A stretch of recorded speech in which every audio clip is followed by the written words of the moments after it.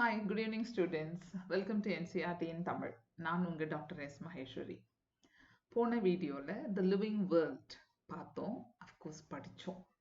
அதை ஒரே வீடியோவாக போட்டிருந்தேன் பிகாஸ் அது கொஞ்சம் குட்டி லெசன். ஆனால் இந்த சாப்டர் எடுத்துட்டிங்கன்னா பயாலஜிக்கல் கிளாசிஃபிகேஷன் கொஞ்சம் லென்த்தி. மோரோவர் நிறைய எக்ஸ்ப்ளனேஷன்ஸ் தேவைப்படலாம், டயக்ராம் அவ்வளோ தேவைப்படாதுன்னு நினைக்கிறேன்.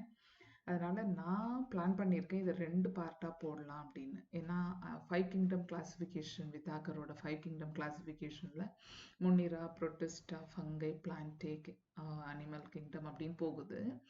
இந்த 5ல் இந்த ஃபஸ்ட்டு 2 இருக்கு இல்லையா, முனிரா அண்ட் புரோட்டிஸ்டா, அது வரைக்கும் ஒரு பார்ட்டு. ஏன்னா நம்ம புக்லேயே பிளான்டே அண்ட் அனிமலை தனித்தனி லெசன் ஆக்கிட்டாங்க. ஸோ நாம் இந்த வீடியோவில் ஃபஸ்ட்டு 2 கிங்டம் அதை படிப்போம். அடுத்த வீடியோவில் ஃபங்கையை பற்றி பார்ப்போம்.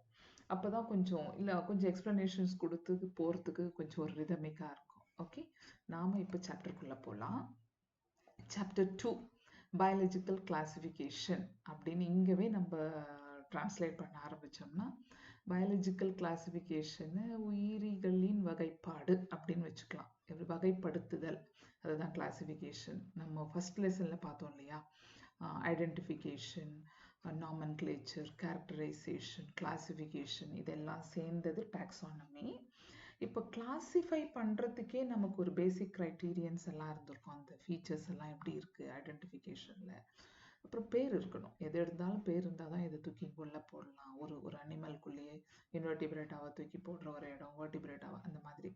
ஸோ அங்கே இருந்ததில் ஒரு பேசிக் பாயிண்ட் கிளாசிஃபிகேஷன். அதனால இது செகண்ட் சாப்டராக வந்துருச்சு, அதனோட continuation.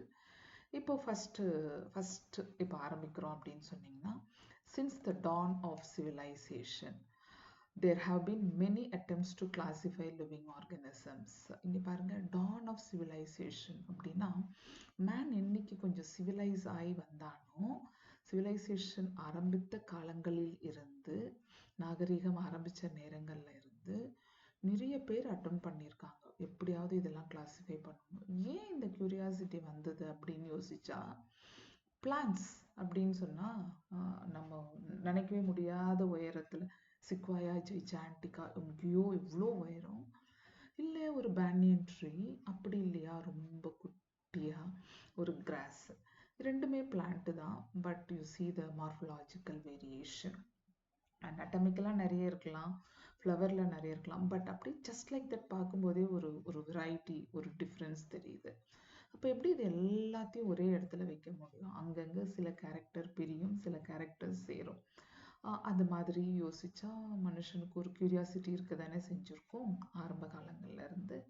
So it was done instinctively, not using criteria that were scientific, but born out of a need to use organisms for our own use, for food, shelter and clothing. So when he started classifying, அவன் classify பண்ண நேரங்களில் scientific மெத்தடை use பண்ணலை, but organisms, என்னெல்லாம் organisms அவனுக்கு யூஸ்ஃபுல்லாக இருந்ததோ, அதாவது அவனோட பேசிக் நீட் என்ன, உணவு, உடை, இருப்பிடம், அதுதான் இங்கே ஃபுட், ஷெல்டர் அண்ட் கிளாதிங். அதுக்கு தேவைப்பட்டதை வச்சு அப்படியே ஒரு ரேண்டமாக கிளாஸிஃபை பண்ணி வச்சுட்டாங்க. பட் ஃபஸ்ட்டு அரிஸ்டாட்டில் வரார். Aristotle was the one was the earliest to attempt a more scientific basis for classification. அதாவது இவருக்கு என்னன்னா சயின்டிஃபிக்காக கிளாஸிஃபை பண்ணணும். அரிஸ்டாட்டில் வந்து ஒரு மேதைன்னு வச்சுக்கோங்க, ஒரு பாலிமேத். அவர் டச் பண்ணாத சப்ஜெக்டே இல்லைன்னு கூட சொல்லலாம். he was a philosopher, linguistic, அப்புறம் நேச்சுரல் சயின்ஸ் பற்றி நிறைய படிச்சிருக்காரு. அவர் ஒரு ஒரேஷியஸ் ரீடர், அப்படியே சொல்லிக்கிட்டே போகலாம். இப்போது இவருக்கு தோணி இருக்கு, சயின்டிஃபிக் பேசிஸில் நம்ம கிளாஸிஃபை பண்ணால் என்ன, பிளான்ஸையும் அனிமல்ஸையும் அப்படின்னு. ஸோ அதனோட வெளிப்பாடு தான் he used simple morphological characters to classify plants into trees, shrubs and herbs. அப்படின்னா மார்ஃபலாஜிக்கல்னா ஒரு எக்ஸ்டர்னல் ஃபீச்சர்ஸ் வச்சு பிரித்து, ட்ரீ ரொம்ப பெருசாக இருக்கிறதெல்லாம் ட்ரீயாக போடு, ஷ்ரப் மாடரேட்டாக நம்ம செம்பருத்தி செடி மாதிரி இருக்கிறதெல்லாம், ஹெர்ப்ஸ் ரொம்ப குட்டியாக புல், பூண்டு, அது மாதிரி குட்டி குட்டி சைஸ், கத்திரிக்காய் செடி, அப்புறம் தக்காளி, அதெல்லாம் ரொம்ப குட்டி. ஸோ இந்த மாதிரி மூணாக பிரித்தார். நாட் ஒன்லி பிளான்ட், அனிமல் கிட்டே வந்திருக்காரு. He also divided animals into two groups, those which had red blood and those that did not. அதாவது ரெட் பிளட் இருந்ததெல்லாம் ஒரு குரூப், ரெட் பிளட் இருந்ததையெல்லாம் அவர் இனைமா அப்படின்னு சொன்னார். இதெல்லாம் ரெட் பிளட் இருந்துச்சு. ரெட் பிளட் இல்லாமல் ஒயிட் கலர் ஃப்ளூவிட், இப்போ காக்ரோச் எல்லாம் ஒயிட் கலர் ஃப்ளூவிட் தான் இருக்கும். அந்த மாதிரி இருந்ததெல்லாம், ரெட் இல்லாததெல்லாம் அனைமா அப்படின்னு சொன்னார். ரெண்டாக பிரித்து வச்சார். அவங்க பேர் கொடுக்கல, பட் தெரிஞ்சுக்கோங்க. So this is what the first paragraph. Dawn of civilization அப்படின்னு சொன்னால், சிவிலைசேஷன் ஆரம்பித்த காலங்கள்ல இருந்து கிளாசிஃபிகேஷனை பற்றின ஒரு அறிவு வந்துருச்சு. எக்ஸாம் கொஸ்டின் போனால் சயின்டிஃபிக் வேவாக மாற்றினதில் பைனியர் யாருன்னா அரிஸ்டாட்டில். அதுக்கப்புறம் சிம்பிள் மார்ஃபலாஜிக்கல் கேரக்டர் வச்சு ட்ரீ, ஷ்ரப், ஹர்ப், அனிமல்ஸில் இனைமா அண்ட் அனிமா, அதாவது ரெட் பிளட் இருந்தது இல்லாதது. இதுதான் இந்த பேராகிராஃபோட ஜிஸ்ட். இப்போ அடுத்த கட்டம் போகிறோம் அப்படின்னா, பின்னாடி வந்தார் Linnaeus father of taxonomy. First சாப்டர்லேயே நம்ம படித்தோம் இதை பற்றி. அவர் என்ன பண்ணார், 2 கிங்டம் சிஸ்டம் ஆஃப் கிளாசிஃபிகேஷன் அப்படின்னு கொடுத்தாரு. ரெண்டு கிங்டம், ஒன்று பிளான்டே, இன்னொன்று அனிமல்ஸ். அவ்வளோதான். Plantae and animalia kingdoms was developed that included all plants and animals respectively. எல்லா பிளான்ஸும் பிளான்டே கீழே, எல்லா அனிமல்ஸும் அனிமாலியா கீழே வந்துருச்சு. This system did not distinguish between eukaryote and prokaryote, unicellular and multicellular organisms, and photosynthetic green algae and non-photosynthetic fungi organism. இவர் பிரிச்சுட்டாரு, plans அனிமல்ஸ்ன்னு பிரிச்சுட்டார். ஆனால் அங்கே அவரால் ஒரு கிளியர் கட் டிஃப்ரென்ஸ் கொடுக்க முடியல. என்னென்னா, ப்ரோகேரியாட்க்கும் யூகேரியாட்க்கும் உங்களுக்கு தெரியும், யூ அப்படின்னு சொன்னால் ட்ரூ, கேரியோஸ்னா நியூக்ளியஸ், ப்ரோ அப்படின்னு சொன்னால் ப்ரிமிட்டிவ் நியூக்ளியஸ். ப்ரிமிட்டிவ் நியூக்ளியஸ்னா என்ன, நியூக்ளியார் மெம்பரேன் இல்லாதது, அவ்வளோதான். டிஎன்ஏ டைரக்டாக இருக்க போது, செல் ஆர்கனல்ஸ் கிடையாது, ரொம்ப ப்ரிமிட்டிவ் டைப் பாக்டீரியா இதுக்கு கீழே வந்துருச்சு. யூகேரியாட்னா வெல் டெவலப்டு செல், கம்பார்ட்மெண்டலைசேஷன் சொல்லுவோம். அதாவது ஒவ்வொரு ஆர்கனலும் ஒரு ஃபங்க்ஷனை பண்ணிட்டு போகுது செல்லுக்குள்ள, அந்த மாதிரி.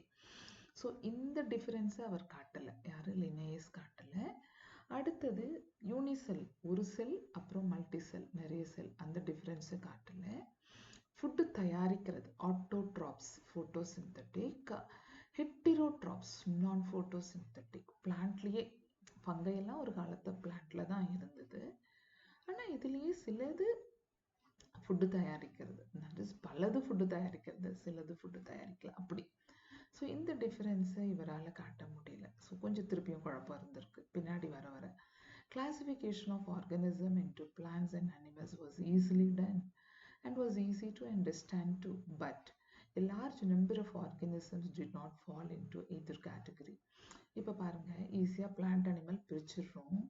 ஆனால் நிறைய உயிர்கள் இந்த கேட்டகரியில், 2 கேட்டகரியிலுமே வரல, பிளான்ஸ்லேயும் வரல, அனிமல்குள்ளேயும் வரல.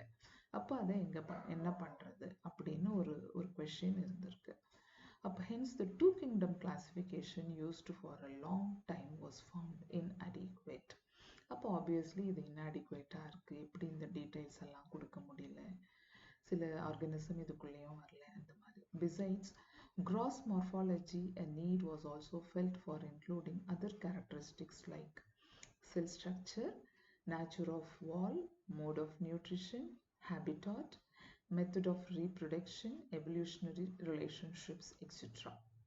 இப்போ பாருங்க, செல் ஸ்ட்ரக்சர்னா என்ன, எப்படி இருக்கணும் செல்லு, ப்ரோகேரியாட்டா யூகேரியாட்டா, அதை கொடுக்கணும்.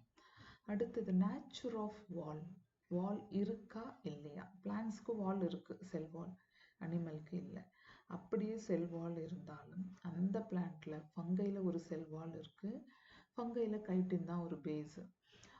அதர் பிளான்ஸ்லாம் பார்த்தீங்கன்னா செல்லுலோஸ் தான் அது செல் வாலோட பேஸு. பாக்டீரியாவில் எடுத்தால் பெப்டிடோகிளைக்கன், இப்படி போகுது கதை.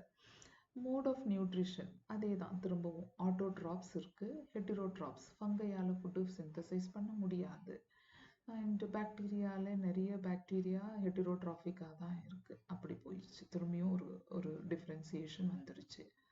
ஹாபிட்டாட் வாழுமிடம் ஒன்று ஒரு இடத்துல வாழ்ந்துக்கிட்டு இருக்கு. அதையும் நம்ம கன்சிடர் பண்ணணும். எக்கலாஜிக்கல் டைவர்சிட்டிக்குள்ளே அதுவும் வந்துடும்.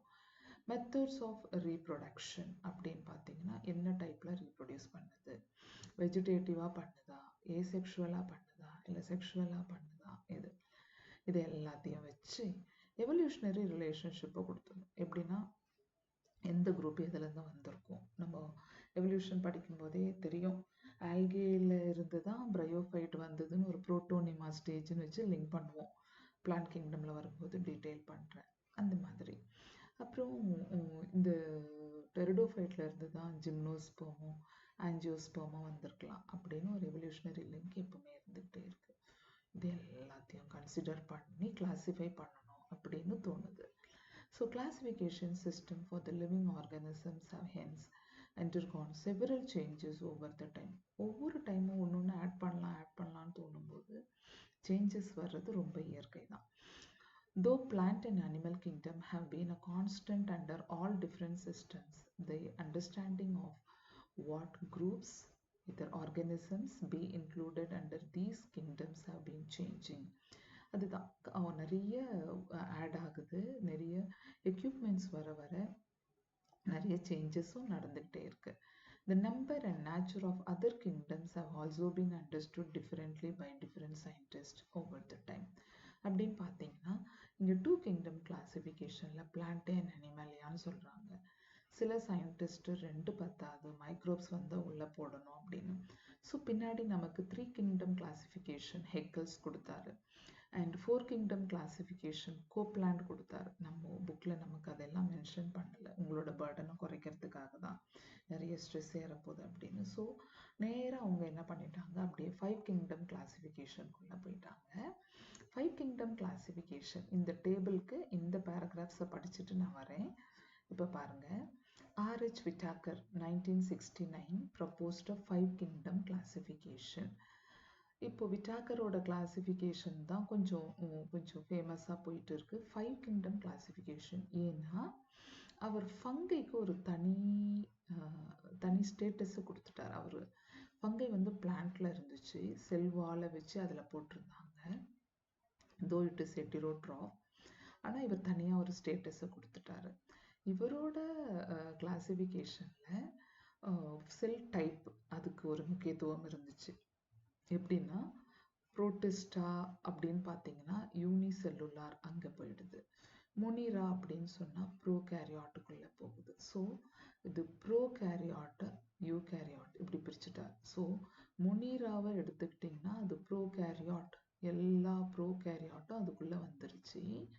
புரோட்டிஸ்டா அது செகண்ட், ஆக்சுவலி இப்படி போகலாம். புரோட்டிஸ்டால இருந்து அனிமாலியா வரைக்கும் யூகேரியாட்ஸ், இது எல்லாமே யூகேரியாட்ஸ். இப்போ யூகேரியாட்ஸுங்கிறதுலையே திரும்பியும் பிரிக்கிறாரு, யூனிசெல்லுலார் யூகேரியாட்ஸ், அதில் புரோட்டிஸ்டா, மீதி எல்லாமே. இப்போ அடுத்தது ஃபங்கைல இருந்து அனிமாலியா வரைக்கும் மல்டி செல்லுலார் யூகேரியாட்ஸ். இதில் சில இடங்கள் முரண்படும். அதாவது ஃபங்கைக்குள்ள ஒரு சிங்கிள் செல் ஈஸ்டும் இருக்கு, பட் மீதி எல்லாம் எக்ஸப்ட் 1 or 2 அப்படியே மல்டி செல்லுலாருக்குள்ள வந்துருச்சு. திரும்பவும் ஒரு டிவிஷன் எடுத்துன்னு வர வேண்டியிருக்கு. என்னன்னா வால் நேச்சர். இப்போ ஃபங்கையோட செல் வால்ல வேற கண்டென்ட், பிளான்ட்ல வேற கண்டென்ட். அதனால அது திரும்பியும் ஃபங்கையை தனியாக பிரிச்சாச்சு, பிளான்ட்டை தனியாக பிரிச்சாச்சு. அனிமல் பேசிக்கலாகவே பிரிஞ்சிரும் பிளான்ட் கிங்டம்ல இருந்து. ஸோ இந்த மாதிரி ஒரு வேரியேஷனை எல்லாம் அவர் கொண்டு வந்துட்டார் அழகா.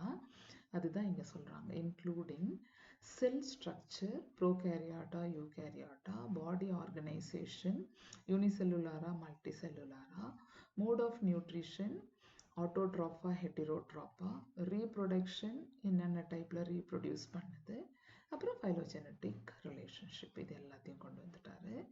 ஸோ இந்த காம்பனண்ட் தான் இப்போ இந்த டேபிளில் நம்ம பார்க்க போகிறோம். இப்போ பார்க்கலாம். Characters and 5 kingdom. Monera, Protista, fungi, Plantae, Animalia. Sell type பாருங்க. மொனிரா ப்ரோகேரியாட், புரோட்டிஸ்டால இருந்து அனிமாலியா வரைக்கும் யூகேரியாட். செல் வால்குள்ள இது நான் செல்லுலோசிக். இதில் என்ன இருக்கு அப்படின்னு பார்த்தீங்கன்னா, இதோட கண்டென்ட்டு இங்கே எழுதுகிறேன், பெப்டிடோ கிளைக்கன். இதுக்குள்ள தட் இஸ் பெப்டைட் அப்படின்னு வந்தாலே உங்களுக்கு புரோட்டீன் வந்துருச்சு. கிளைக்கன் அப்படின்னு சொன்னாலே உங்களுக்கு பாலிசாக்கரைட் கண்டென்ட்டுக்குள்ளே போயிருச்சு, கார்போஹைட்ரேட். ஸோ இது ரெண்டும் சேர்ந்த கலவை, பாலிசாக்கரைட் ப்ளஸ் அமினோ ஆசிட். இங்கே புரோட்டிஸ்டால எல்லாத்துக்குமே செல் வால் இருக்கு அப்படின்னு சொல்ல முடியாது. ஃபங்கையில் செல் வால் இருக்கு, ஆனால் அது கைட்டின். பிளான்டேல செல் வால் இருக்கு, அது செல்லுலோஸ். இங்கே புரோட்டிஸ்டால ப்ரெசன்ட் இன் சம். ஏன் அப்படி ப்ரெசன்ட் இன் சம் சொல்கிறாங்கன்னா, புரோட்டிஸ்டால ஒரு 5 குரூப்பை காட்டுறாரு. அதில் நம்பர் 1ல கிரைசோஃபைட்ஸ், நம்பர் 2ல டைனோஃப்ளாஜெலேட்ஸ், இதுலலாம் செல் வால் இருக்கு. ஆனால் அங்கேயே வர யூக்ளினால செல்வால் கிடையாது, புரோட்டோசோவால செல்வால் கிடையாது. அதே மாதிரி ஸ்லைம் மோல்டுன்னு ஒரு குரூப், அதுலேயும் செல்வால் கிடையாது. அதனால தான் ப்ரெசன்ட் இன் சம் அப்படின்னு சொல்லி இந்த பக்கமும் அந்த பக்கமும் எல்லாமே நியூட்ரலாக விட்டாங்க. அனிமேலியால எப்பொழுதுமே செல்வால் கிடையாது. நர்வஸ் சிஸ்டம்ங்கிற ஒரு இம்பார்ட்டன்ட் மேட்டர் இங்கே வர்றதுனால. அடுத்தது நியூக்ளியார் மெம்பரேனுக்குள்ளே போனீங்கன்னா இது ப்ரோகேரியாட், அதனால நியூக்ளியார் மெம்பரேன் கிடையாது. இது எல்லாமே யூகேரியாட் இருக்கும். பாடி ஆர்கனைசேஷன் எல்லாமே செல்லுலார் அப்படின்னு சொன்னால் செல் இருக்குது, யூனிசெல்லுலாராக இருக்கலாம். ஏன்னா முனிராலேயே ப்ளூ கிரீன் ஆல்கெல்லாம் பார்த்தீங்கன்னா ஃபிலமெண்டஸாக வருது. அப்படின்னு ஃபிலமெண்டஸாக போகும்போது நிறைய செல்ஸ் இருக்க வாய்ப்பு இருக்குது. இங்கேயும் அப்படியே போனீங்கன்னா ஸ்லைம் மோல்டெல்லாம் அப்படியே பெருசாகிட்டே போயிட்டே இருக்குது. நிறைய நியூக்ளியஸ் வச்சுக்கிட்டு படிப்போம் டீட்டெயிலாக. இதெல்லாம் மல்டி செல்லுலார் லூஸ் டிஷ்யூஸ், அதான் இதில் கூட ஈஸ்ட் சிங்கிள் செல்லுல் ஒன்று இருக்குது. பிளான்ட் டிஷ்யூஸ் அண்ட் ஆர்கன் எல்லாம் ஃபார்ம் ஆயிடுச்சு. அனிமாலியாலையும் டிஷ்யூ ஆர்கன் சிஸ்டம் அப்படின்னு போய் ஒரு வெல் டெவலப்டு ஃபீச்சருக்குள்ளே வந்துருச்சு. மோட் ஆஃப் நியூட்ரிஷன் போனீங்கன்னா, இப்போது முனிரா இந்த பாக்டீரியல் குரூப்பில் ஆட்டோட்ராஃபிக் இருக்குது. ஆட்டோட்ராஃப்னா ஃபுட்டை வந்து ஃபோட்டோசிந்தசைஸ் பண்ணுறதும் இருக்குது, தட் இஸ் சன்லைட்டை வச்சு ஃபுட்டை ரெடி பண்ணுறதும் இருக்குது. கீமோசிந்தட்டிக், அதாவது இன்ஆர்கானிக் கண்டென்ட்டை யூஸ் பண்ணி அதுலேருந்து லிபரேட் ஆகிற ஏடிபியை அது சிந்தசைஸ் பண்ணி அதை வச்சு எனர்ஜி, அதை வச்சு அது ஃபர்தர் ஆக்டிவிட்டியை கேரி பண்ணிக்குது. ஸோ இங்கே கீமோசிந்தட்டிக், ஃபோட்டோசிந்தட்டிக் அப்படின்னு போட்டுக்கலாம். அதெல்லாம் ஆட்டோட்ராஃப் கீழே வந்துடும். அது இல்லாமல் heterotrophic, most of the bacteria are heterotrophs only. Heterotroph அப்படின்னு சொன்னால் இங்கே சாப்ரோஃபைட்டும் இருக்குது, பேராசைட்டும் இருக்குது. சாப்ரோஃபைட் இது டெட் டிஷ்யூஸில் வாழறது, அதாவது டெட் அண்ட் டீகேட் அந்த மாதிரி. பேராசைட்னா உயிருள்ளதை சார்ந்து வாழுது, அப்படி போயிடுச்சு. இங்கே புரோட்டிஸ்டாக்குள்ளே வந்தீங்கன்னா ஆட்டோட்ராஃப், ஃபோட்டோசிந்தட்டிக் அண்ட் இங்கேயும் ஹெட்டிரோட்ராஃப் ரெண்டும் இருக்குது. ஃபங்கை முழுக்க ஹெட்டிரோட்ராஃபிக், பிளான்டே ஆட்டோட்ராஃபிக். ஆனால் இதுலேயுமே சில பாரசிட்டிக் பிளான்ஸ் இருக்குது, கஸ்கியூட்டா அந்த மாதிரி பிளான்ட் கிங்டமில் பார்ப்போம். அனிமேலியா அப்சல்யூட்லி ஹெட்டிரோட்ராஃபிக், ஹோலோசோவாயிக், கம்பல்சரியாக அடித்து சாப்பிடுது.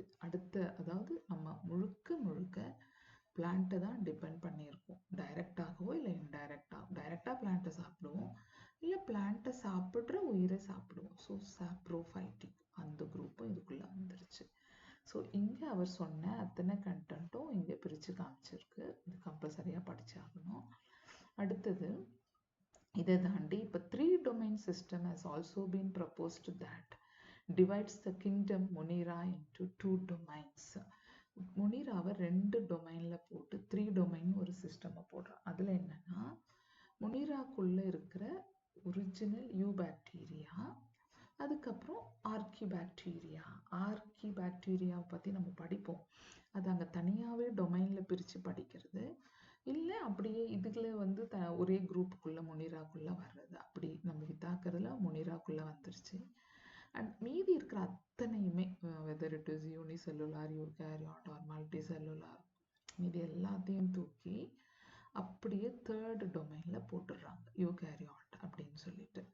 ஸோ இந்த 3rd domain and thereby so leaving the remaining eukaryotic kingdom in the 3rd domain. அப்படி thereby a 6 kingdom classification. So இது 5 kingdom போட்டு next 6 kingdom classification இப்படி பண்ணியாச்சு. You will learn about this system in detail at higher classes. இப்போ நாம இதுக்காக மண்டை உடைச்சுக்க வேண்டாம். We'll just move on.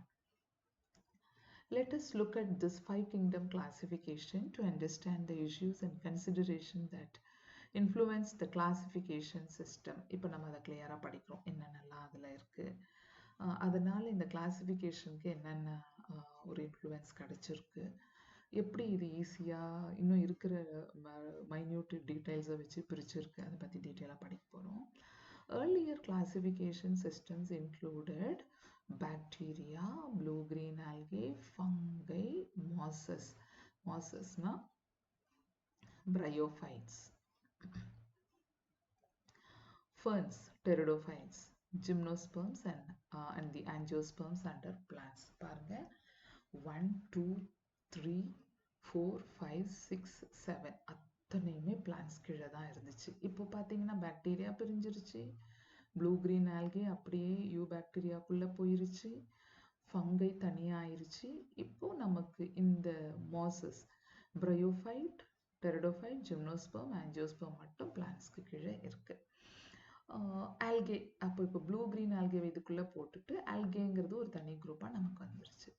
So the characters that unified this whole kingdom was that all the organisms included had a cell wall in their cell. இப்போ பார்த்தீங்கன்னா எல்லாத்துலேயும் செல் வால் இருக்கு, அதனால அதை பிளான்ட்ல போட்டிருந்தாங்க. This placed together groups which widely differed in other characteristics. But அதுக்குள்ள நிறைய variations இருக்கு, அதை தான் இவர் பிரிச்சு போட்டிருக்காரு, விச்சாக்கர் பிரிச்சு போட்டிருக்காரு. It brought together the prokaryotic bacteria and the blue-green algae, cyanobacteria, with other groups which were eukaryotes. இப்போ என்ன ஆச்சு அப்படின்னு பார்த்தீங்கன்னா, ப்ரோகாரியாட் யூகாரியாட்டுக்கு பிரித்து பாக்டீரியாக்குள்ள, அதாவது ப்ரோகாரியாட்டுக்குள்ள பாக்டீரியாவும் ப்ளூ கிரீன் ஆல்கேவும் வந்துருச்சு. இப்போ ப்ளூ கிரீன் ஆல்கேவோட பேரு சயனோபாக்டீரியா. இதுக்கு இன்னொரு பேரு தான் ப்ளூ கிரீன் ஆல்கே. முதல்ல இது ஆல்கேல இருக்கும்போது இதோட பேரு சயனோஃபைசி. ஃபைகாலஜி அப்படின்னு பார்த்தீங்கன்னா, ஃபைகாலஜி அப்படின்னு சொன்னா ஸ்டடி ஆஃப் ஆல்கே, அதனால சயனோஃபைசி. சயனோ அப்படின்னா என்னன்னா சயனின், ப்ளூ கிரீன் பிக்மெண்ட், அதுதான் சயனின் அப்படிங்கிறதுனால சயனோஃபைசி. ஸோ இப்போ பாக்டீரியாவும் பிஜிஏ, இதை நம்ம ஷார்ட் ஃபார்ம்ல பிஜிஏ அப்படின்னு சொல்லிக்கலாம். இது ரெண்டும் இப்போ ப்ரோகாரியாட்டுக்குள்ள வந்துருச்சு. அதாவது இது ரெண்டும் இந்த சென்ஸ், இந்த என்டையர் கண்டென்ட் பாக்டீரியாவும் இதுவும் ப்ரோகாரியாட்டுக்குள்ள வந்துருச்சு, மீதி எல்லாம் யூகாரியாட்டுக்குள்ள போயிருச்சு. It also grouped together the unicellular organisms and the multicellular ones. Says for example, Chlamydomonas, Spirogyra were placed together under algae. இது கொஞ்ச நாள் முன்னாடி வரைக்கும் இவன் ரெண்டு பேரும் ஆல்கேல இருந்தான். ஆனா இப்ப கிளாமிடோமோனஸ் அப்படிங்கிற ஒரு ஆளுக்கு வேற இடம் வந்துருச்சு. அது என்ன இடம்னா யூனிசெல்லுலார் யூகாரியாட்ஸ், புரோட்டிஸ்டா கீழே வந்துருச்சு. The classification did not differentiate between the heterotrophic group fungi and the autotrophic green plants, though they also showed the characteristic difference in their walls composition. The fungi had chitin in their walls while the green plants had a cellulosic cell wall. இப்போ பாருங்க, திரும்பியும் நான் இப்போ முதல்ல நம்ம படிச்ச மாதிரி fungi எல்லாமே பிளான்ட்ல இருந்துச்சு, ஆனா இப்போ ஃபங்கைல கைட்டின் தான் அதோட செல் வால், செல்லுலோஸ் தான் பிளான்ட்ஸோட செல் வால். செல்லுலோஸ் வந்து பிளான்ட்ஸ்ல இருக்கு, கைட்டின் வந்து ஃபங்கைல இருக்கு. When such characteristics were considered, the fungi were placed in a separate kingdom, kingdom fungi. So middle இருக்காது, Monera, Protista, fungi in the middle, அப்புறம் Plantae and Animalia அப்படின்னு 5 கிங்டம்குள்ள நடுவுல இருக்கிற ஆளு fungi. prokaryotic organisms were grouped together under kingdom Monera, and the unicellular eukaryotic organisms were placed in kingdom Protista. அழகா பிரிச்சாச்சு. எல்லா unicellular யூகேரியாட்டும் புரோட்டிஸ்டாக்கு கீழே வந்துருச்சு. அப்படின்னு வரும்போது ஒரு காலத்துல பிளான்ட்ல இருந்த கிளாமிடோமோனஸ் குளோரெல்லா, அனிமல்ஸ் கீழே இருந்த பாரமிஷியம் அமீபா, இவன் எல்லாமே இப்போ புரோட்டிஸ்டாக்கு கீழே வந்தாச்சு. இங்க பாருங்க, இப்போ kingdom Protista has brought together Chlamydomonas chlorella, earlier placed in algae within plant and both having cell wall, with Paramecium and Amoeba which were earlier placed in the animal kingdom which lack cell wall. எல்லாம் இப்போ ஒரே இடத்துல இருக்காங்க. அவங்களோட status என்னன்னா single cell. அந்த ஒரு பாயிண்ட்டை வச்சு எல்லாருமே புரோட்டிஸ்டாக்கு கீழே வந்துட்டாங்க. So on the whole Protista அப்படின்னு சொன்னா யூனிசெல்லுலார் யூகேரியாட்ஸ், அதான் கதை. which were earlier it has put together organisms which in earlier classification were placed in different kingdom. இப்போ ஒரே இடத்துக்கு வந்தாச்சு. This happened because the criteria for classification changed. எதுக்காக அது ஒரு பேராகிராஃப்ல கொடுத்தாங்க இல்லையா, போன பேராகிராஃப்ல ஃபர்ஸ்ட் பேராகிராஃப்ல கிளாசிஃபிகேஷனோட மேட்டர், தட் இஸ் மெத்தடாலஜி மாறிக்கிட்டே இருக்கும். ஏன்னா கிரைட்டீரியன் மாறிக்கிட்டே இருக்கும். ஒரு சயின்டிஸ்டுக்கு ஒரு வியூ பாயிண்ட் இருக்கும்போது அந்த கிரைட்டீரியன் மாற மாற கிளாசிஃபிகேஷன் பேட்டர்னும் மாறும். ஆனால் கிளாசிஃபிகேஷனுங்கிற ஒரு காம்பனண்ட் இருந்துகிட்டே தான் இருக்கும். அதுக்குள்ளே மாறி மாறி ஒரு காலத்தில் இங்கே இருந்த ஆல்கேல இருந்த ஒரு விஷயம் இப்போ புரோட்டிஸ்டாக்குள்ளே வந்திருக்கு. அது காலத்தினுடைய தேவை ப்ளஸ் நமக்கு கிடைக்கிற இன்ஃபர்மேஷன்ஸ், இன்னும் கொஞ்சம் அதனுடைய கேரக்டர்ஸை படித்த டீட்டெயில்ஸ் படித்த அதனுடைய அம்சம், இதெல்லாம் நம்ம மாற்றி மாற்றி போட்டுட்டு இருக்கிறது. This kind of changes will take place in future too, depending on the improvement in our understanding of characteristics and evolutionary relationships. இது இன்னும் மாறும் ஃபியூச்சரில். நமக்கு இன்னும் எக்யூப்மெண்ட்ஸ் கிடைக்கலாம், இன்னும் டீட்டெயில்ஸ் படிக்க இன்னும் மாறிக்கிட்டே தான் இருக்கும். ஸோ கிளாசிஃபிகேஷனுங்கிறது ஸ்டாக்னண்ட்டாக இதுதான் அப்படின்னு வரையறுத்து சொல்ல முடியாது. மாற்றங்கள் நிகழ்ந்துகிட்டே இருக்கும். Over time, an attempt has been made to evolve a classification system which reflect not only the morphological, physiological and reproductive similarities but is also phylogenetic, that is based on evolutionary relationship. Phylogeny na evolution, வெறும் morphology மட்டும் இல்லை, எல்லா கேரக்டரும் physiology, reproductive, அதுக்கப்புறம் characters எல்லாத்தையும் தூக்கி phylogeny எல்லாத்தையும் தூக்கி போட்டு தான் ஒரு கிளாசிஃபிகேஷனை இப்பெல்லாம் கன்சிடர் பண்ணுறோம். In this chapter we will study characteristics of kingdoms Monera, Protista, fungi of the Whittaker system of classification. The kingdoms Plantae and Animalia, commonly referred to as plants and animals kingdoms respectively, will be dealt separately in chapter 3 and 4. ஏன்னா கொஞ்சம் white அது, அதனால இது ரெண்டுத்தையும் தனித்தனியாக படிக்கிறோம். இந்த chapter number 2 கிளாசிஃபிகேஷனில் நாம் படிக்கிறது மொனீரா, புரோட்டிஸ்டா அண்ட் ஃபங்கை. இதுவே ரொம்ப லென்த்தியாக தான் போகும், பார்ப்போம். கிங்டம் மொனீரா அப்படின்னு சொன்னால், கிங்டம் மொனீரா அப்படிங்கிற ஒரு விஷயம் என்னன்னா ஆல் ப்ரோகாரியோட்ஸ். திரும்ப சொல்கிறேன், ப்ரோகாரியோட்ஸ் அப்படின்னு சொன்னால் ப்ரிமிட்டிவ் நியூக்ளியஸ் இருக்கிற ஆள். இங்கே நம்ம நியூக்ளியஸ்ன்னு கூட சொல்லலை, இவனை நியூக்ளியாய்ட் அப்படின்னு சொல்லுவோம். இன்சிப்பியன்ட் நியூக்ளியஸ், சோம்பேறித்தனமான ஒரு நியூக்ளியஸ் அப்படின்னு சொல்கிறோம். ஏன்னா இது யூகேரியாட்டில் இருக்கிற அளவுக்கு நியூக்ளியார் மெம்ப்ரேனும் அதுக்குள்ளே நியூக்ளியோலஸோ வச்சு அந்த மாதிரிலாம் டெவலப் ஆகலை. மைட்டாசிஸ், மியாசிஸ்ங்கிற விஷயத்துக்கெல்லாம் இது போகலை. ஸோ ப்ரிமிட்டிவ் நியூக்ளியஸ் இருக்கிற ஒரு செல்.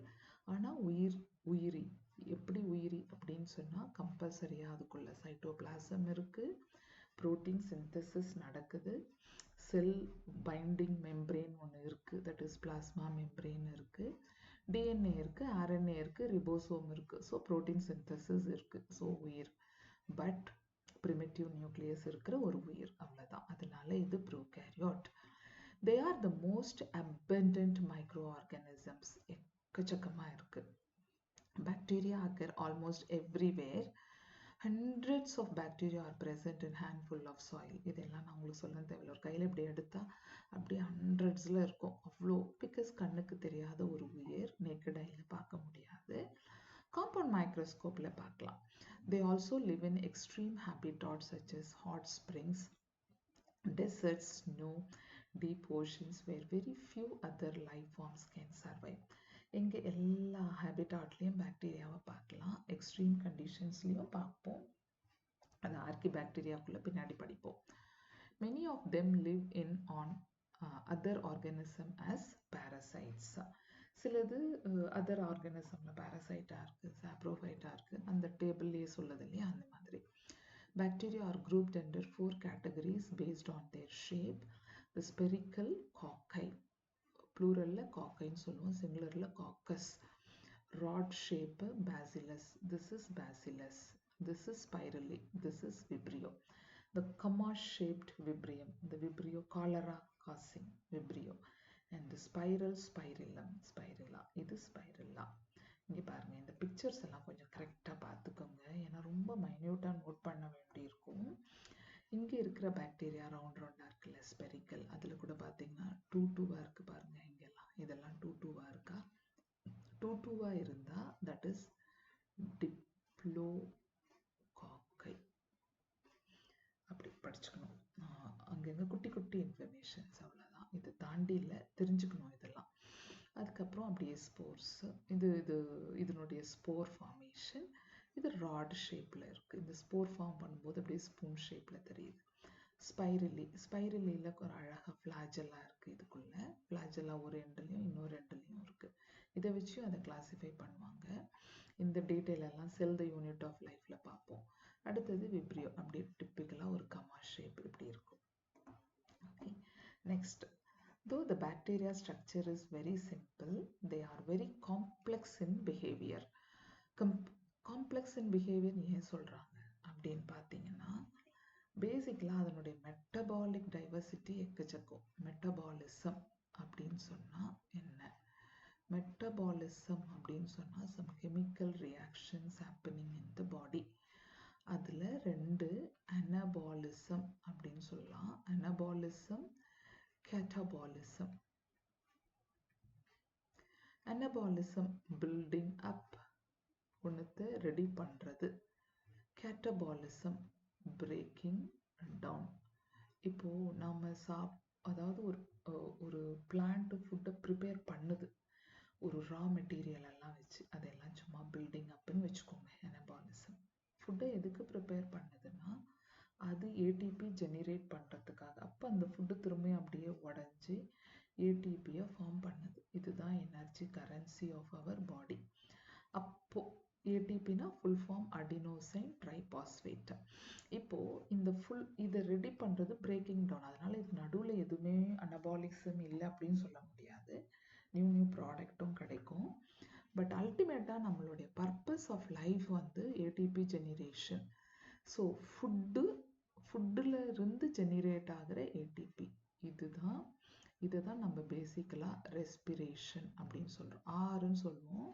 இதை பற்றி நம்ம ஜிபிபி, என்பிபி எல்லாம் படிப்போம் ஈகோசிஸ்டமில் 12th புக்கில். அப்போது இன்னும் டீட்டெயில் ஆகும்.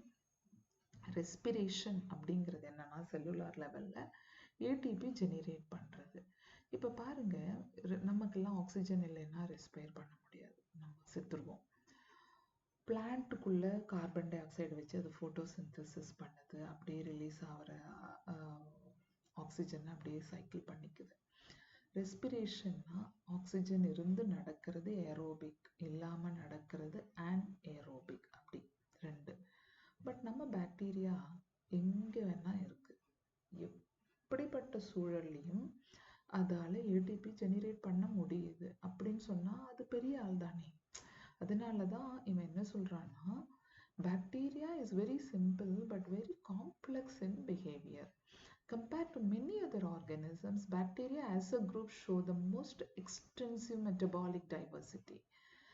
மெட்டபாலிசம்னாலே ரெஸ்பிரேஷன் தான் பேஸு, ஏடிபி ப்ரொடக்ஷன் தான் பேஸு.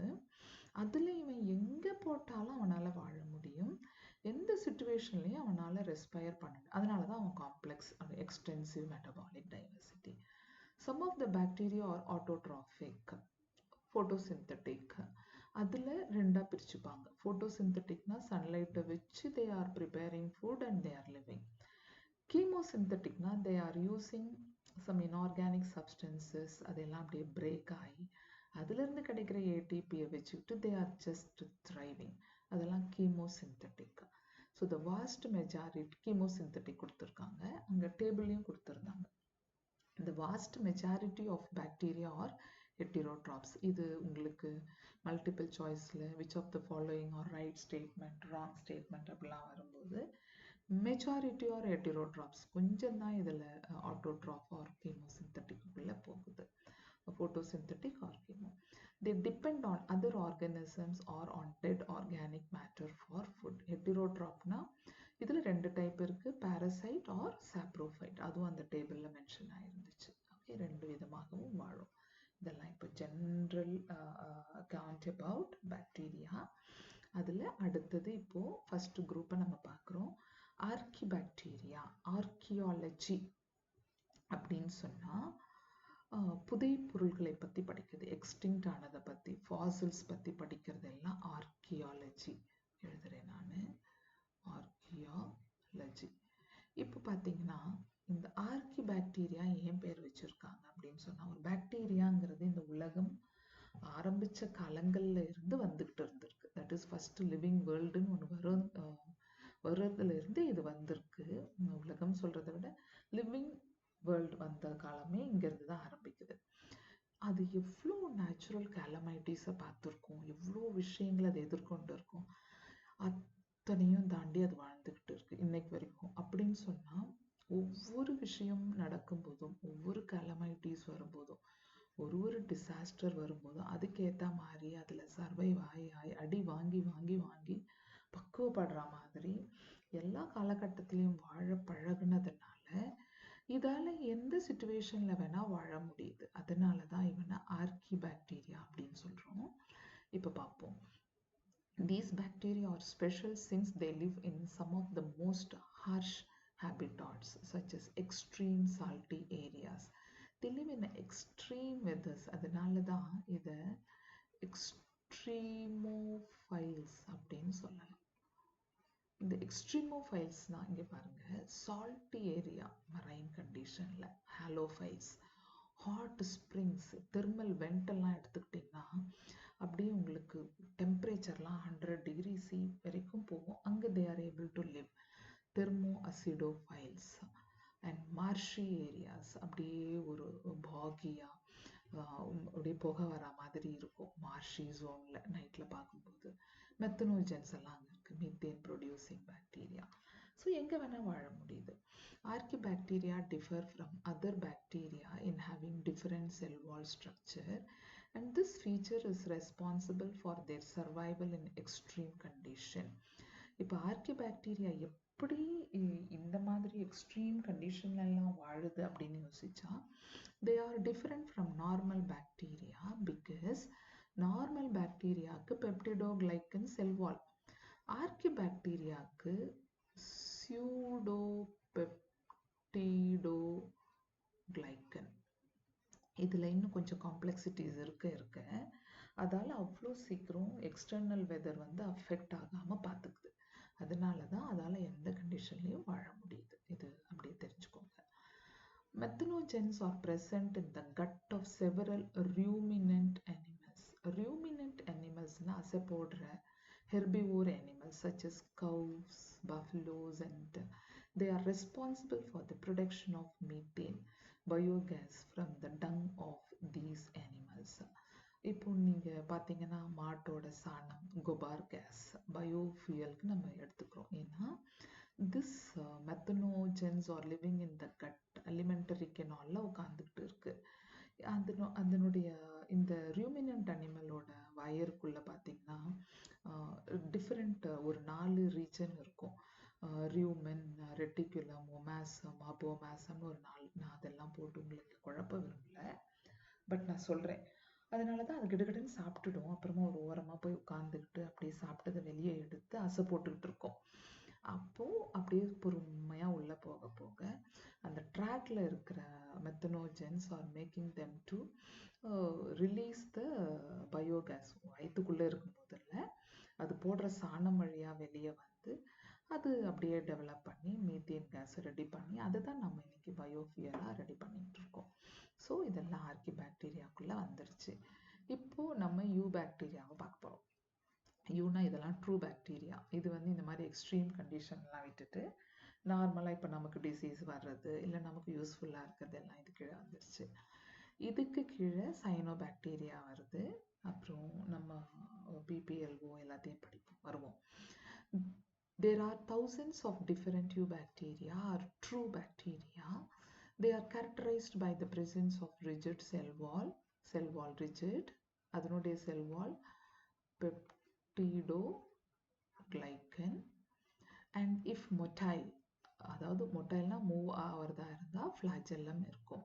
அந்த ஃப்ளாஜெல்லம் இருக்கிறத நம்ம ஸ்பைரிலியில் பார்த்தோம். The cyanobacteria also referred to as blue-green algae. முதல்லவே சொன்னேன், அது பேர் blue-green algae இல்லாட்டி cyanobacteria. ஒரு காலத்தில் அது பேர் cyanophyceae. Have chlorophyll A similar to green plants and are photosynthetic autotrophs. இவன் தான் photosynthetic autotroph குள்ள வந்துட்டான். The cyanobacteria are unicellular. இங்க இருக்கு பாருங்க, இதுல ஒரு கவரிங் கூட இருக்கும், மியூசிலாஜினஸ் ஷீட் இங்க மென்ஷன் பண்ணுவாங்க. அது யூனிசெல்லுலாராகவும் இருக்கலாம், இல்லை காலனியாகவும் வசிக்கலாம், அப்படி இல்லை ஃபிலமெண்டஸாக லென்த்தியாக வளர்ந்துக்கிட்டும் போகலாம். இது they live in fresh water இல்லை மரைன் வாட்டர் ஆர் டெரெஸ்ட்ரியல். இப்போது நமக்கு மழைலாம் முடிஞ்சால் படிக்கட்டுலலாம் பாசி படியும், அப்புறம் வாட்டர் டேங்க்லலாம், இது எல்லாமே டெரெஸ்ட்ரியல் ஆல்கே. அது எல்லாமே ப்ளூ கிரீன் ஆல்கேக்குள்ளே வந்துடும். The colonies are generally surrounded by gelatinous sheath. இது இப்படி ஒரு ஷீத் கவர் ஆகிருக்கு. They often form blooms in polluted water bodies. இந்த கோவில் டேங்க்லலாம் நம்ம பார்த்தோம்னா நிறைய நேரங்களில் அப்படியே பாசி படிஞ்சு இருக்கும், புட்டைங்க அங்கங்கே சேர்ந்து தேங்கி இருக்கிற, மழைக்கு அப்புறம் தேங்கி இருக்கிற தண்ணி காயிற வரைக்கும் அப்படியே படிஞ்சிருக்கும். அது எல்லாமே water bodies are totally disturb by this algal bloom அப்படின்னு சொல்லுவோம். This green color patch, அதுதான் it's caused by this BGA. And they often, some of these organisms can fix atmospheric nitrogen in specialized cells called heterocyst. இங்க இருக்கு பாருங்க. This heterocyst will fix the atmospheric nitrogen. இதுலயே ஆகட்டும், Nasdaq, இது Nasdaq இல்லை Anabaena, இதுலலாம் ஒரு special structure வந்திருக்கு. ஸோ இந்த மாதிரி கொஷின் வரலாம் உங்களுக்கு. ஸ்பெஷல் ஸ்ட்ரக்சர் வந்ததுனால டிவிஷன் ஆஃப் லேபர் அப்படின்னு ஒன்று இருக்கு. டிவிஷன் ஆஃப் லேபர்னா ஒரு வேலையை ஒரு ஆள் செய்யறது. பாக்டீரியாவில் நம்ம படிக்கிறோம், அந்த ஆர்கே ஒரு செல் அதே எல்லா வேலையும் செஞ்சுக்குது. இங்கே ஸ்பெஷலாக ஒரு ஸ்ட்ரக்சர் வந்ததுனால யூ பாக்டீரியாவில் எஸ்பெஷலி ப்ளூ கிரீன் ஆல்கேல there is a division of labour.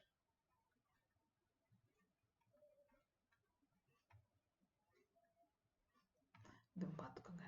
அடுத்தது, chemosynthetic autotrophic bacteria oxidize various inorganic substances such as nitrates, nitrites, and ammonia and use the released energy for their ATP production.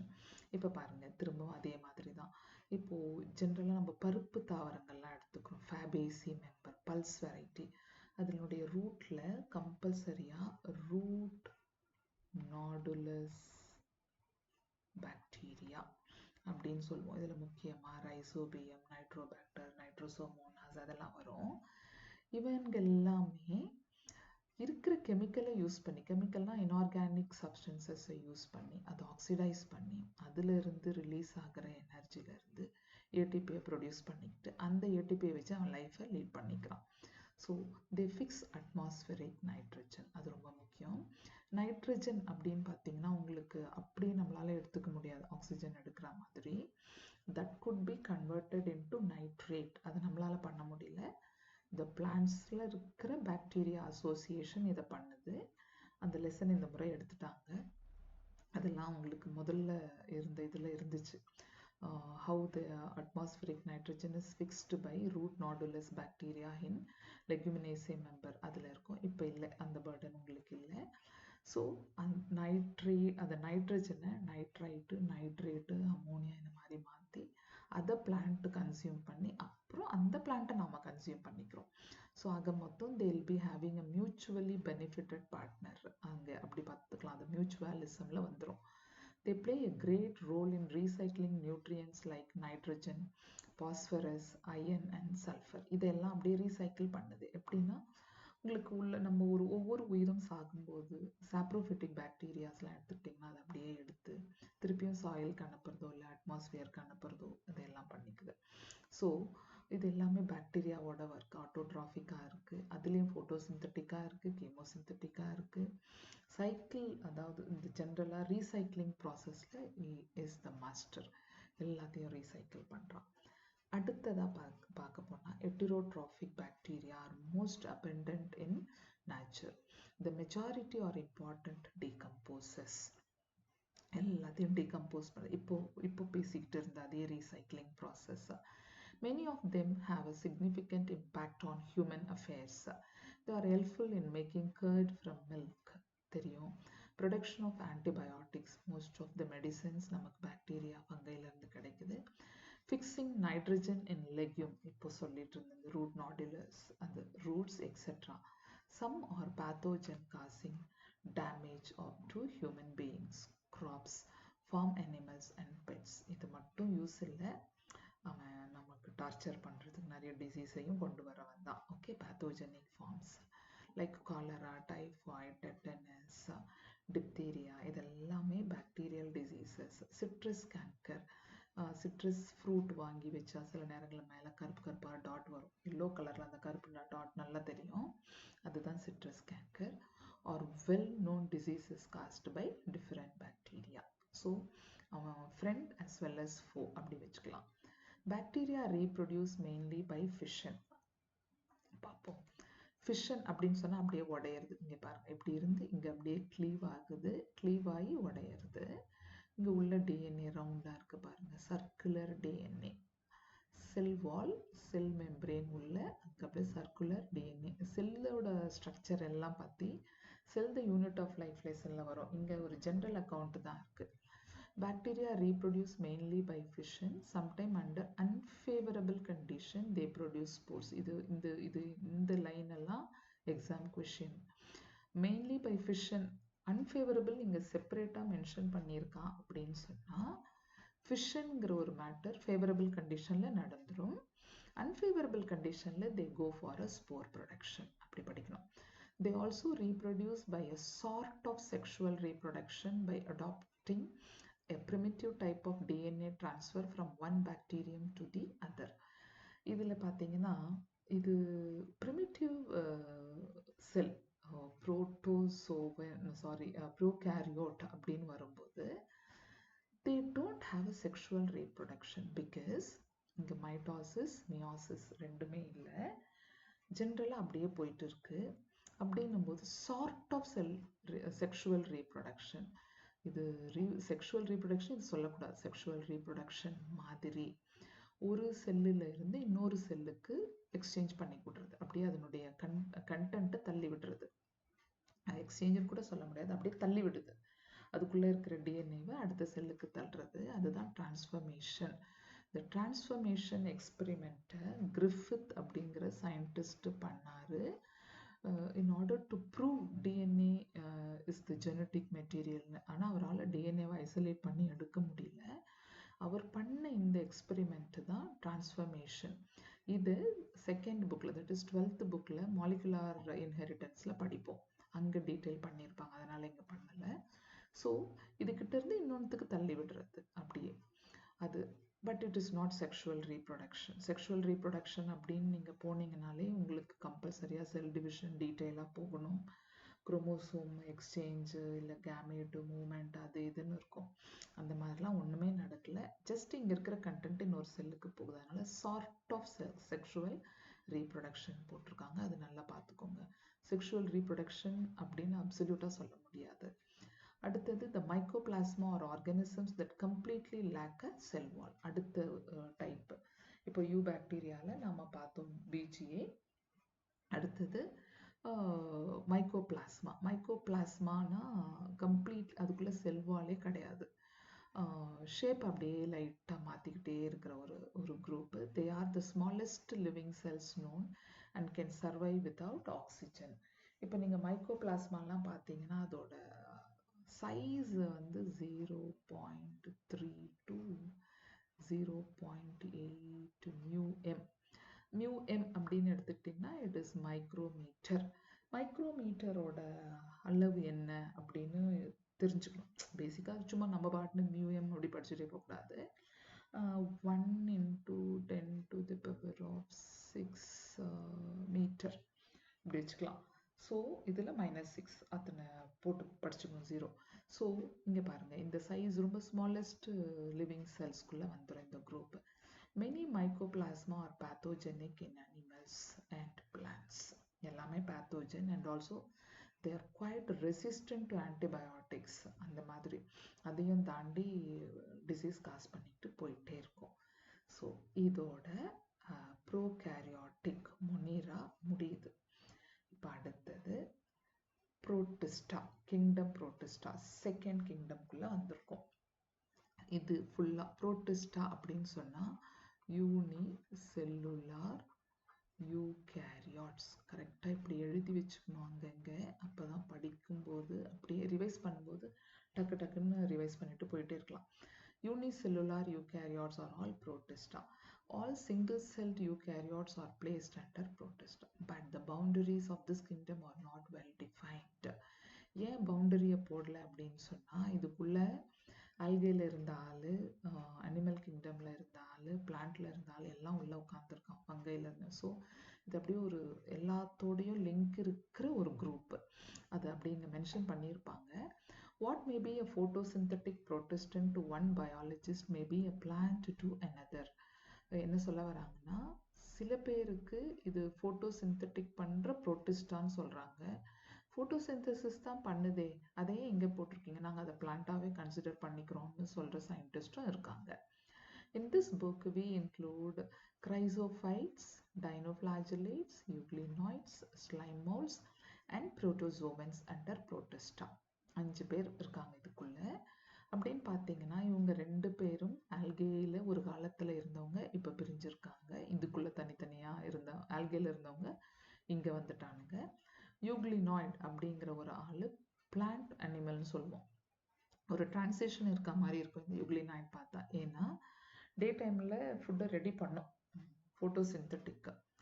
நைட்டில் இதால் photosynthesis பண்ண முடியாது. It become an heterotroph. அதாவது அடுத்தது ஃபுட்டை பிடிச்சி சாப்பிட்ற கேட்டகரி மாறிடுச்சு. அதனால் பிளான்ட்டாகவும் அனிமலாகவும் நடந்துக்கும்.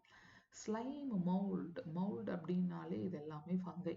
ஒரு காலத்தில் ஃபங்கையாக இருந்துச்சு, இப்போ இதுக்குள்ளே வந்துருச்சு. ஸ்லைமியாக இருக்கும். புரோட்டோசோவன்ஸ், ப்ரிமிட்டிவ் அனிமல் கியூல் அப்படின்னே சொல்லுவோம் இதை. ரொம்ப very very primitive single cell. இது இப்போ பார்த்தீங்கன்னா டிஃப்ரெண்ட் குரூப்பில் இருக்கிற எல்லாரும் புரோட்டிஸ்டாக்குள்ளே வந்திருக்காங்க. எல்லாரையும் தன் குடை கீழ் வச்சிருக்கு நம்ம protista. Members of protista are primarily aquatic. பாருங்கள், primarily aquatic almost. This kingdom forms a link with the others dealing with plants, animals and fungi. இப்போ சொன்னேன் இல்லைங்களா, அது ஒன்னொருத்தோடையும் அது கவர் ஆயிருக்கு. Being eukaryotes, the protistants cell body contain a well-defined nucleus and other membrane-bound organelles. Because it is a eukaryote, of course it should have a membrane-bound organelles. அதுக்கப்புறம் முக்கியமாக nuclear membrane இருக்கிற nucleus எல்லாம் வந்தாச்சு. Some have flagella or cilia. So அதுக்கு மூமெண்ட்டுக்கு ஃப்ளாஜெல்லாவோ இல்லை சீலியாவோ இருக்குது. Protists reproduce asexually and sexually by a process involving cell fusion and zygote formation. ரெண்டுமே வந்தாச்சு இவனுக்குள்ள. ஏசெக்ஷுவலாகவும் பண்ணுது, செக்ஷுவல் ரீப்ரொடக்ஷனுக்குள்ளே போனாலே ஆப்வியஸ்லி ஜைகோட் ஃபார்ம் ஆகணும். ஃபார்ம் ஆகிடுச்சு, அந்த கண்டென்ட்டுக்குள்ளே வந்துடுச்சு. ஸோ இது ஒரு ஜென்ரல் அக்கௌண்ட்டு. இப்போ நம்ம ஃபஸ்ட்டு கிளாஸ் வரோம் இங்கே. கிரைசோஃபைட் அப்படி சொன்னாலே இதுக்குள்ளே முக்கியமாக டயட்டம்ஸ், கோல்டன் ஆல்கே ஆர் டெஸ்மிட்ஸ் அப்படின்னு. இவங்களுடைய பாடி அமைப்பு தான் பார்த்தீங்கன்னா ரொம்ப அழகாக ஒரு சோப் பாக்ஸ் மாதிரி இப்படி, இல்லை ஒரு பெட்ரி பிளேட் நம்ம மைக்ரோபயாலஜி லேபில் படிப்போம் அந்த மாதிரி. ஸோ இது மாதிரி ஒரு சோப் பாக்ஸ் அமைப்பு. இவெல்லாம் பார்த்தீங்கன்னா இங்கே பாருங்கள், they are found in fresh water as well as in marine environment. ஃப்ரெஷ்லேயும் இருக்கா, மரைனில் இருக்கா. They are microscopic and float passively in water currents.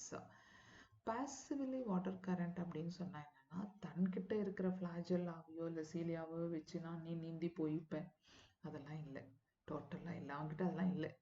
அவன் பாடியே இந்த மாதிரி இருக்கு. ஸோ அவன் பாசிவாக அப்படியே தண்ணி போகிற போக்கில் அது மேலே மிதந்துக்கிட்டே போயிட்டு இருக்கு. ஸோ இதெல்லாம் முக்கியமாக ஃபைட்டோ பிளாங்டான்ஸ்குள்ளே வந்துருச்சு. ஒரு chief producers in the ocean அப்படின்னு இருக்கும், இங்கே கொடுத்துருக்காங்க பாருங்கள். தேர் த சீஃப், அப்படியே மேலே ஓட்டா மிதந்துட்டு தண்ணி போகிற போக்கில் போகிற ஆள். Most of them are photosynthetic. See most of them, அது நல்லா ஞாபகம் வச்சுக்கோங்க. தே ஆர் ஃபோட்டோசிந்தட்டிக்னு கொடுக்கல, மோஸ்ட் ஆஃப் தெம் மைன்யூட்டாக படிக்கணும் நீட்டுக்கு படிக்கும்போது. Most of them are photosynthetic. In diatom, the cell walls form two thin overlapping shells which fit together as in a soap box. Soap box மாதிரி ஒரு அமைப்பு. அதில் சிலிக்கா இருக்கும். The walls are embedded with the silica and thus the walls are indestructible. So இது நம்ம ஜென்ரலாக ஒன்று தெரிஞ்சுக்கணும். யூனிசெல்லுலார் பிளான்ட் ஆகட்டும், அனிமல், அதுக்கு டெத்துன்னு ஒன்று எப்படி சொல்ல முடியும்? when they divide, two different cells will be formed. அதனால தான் அதோட லைஃபே பார்த்தீங்கன்னா cell division is equal to growth as well as reproduction, அப்படி தான் வச்சுக்கணும். அதில் இப்போது அதில் முக்கியமாக ஏதாவது ஒரு நேச்சுரல் டிசாஸ்டர்லாம் வந்து டோட்டலாக அமுக்கப்பட்டால், அப்படியே அமுக்கி கொண்டா கூட இந்த சிலிக்காலாம் உடையாது, அப்படியே இருக்கும். அதுதான் இவன் indestructible. thus diatoms have left behind large amount of cell wall deposits in their habitat.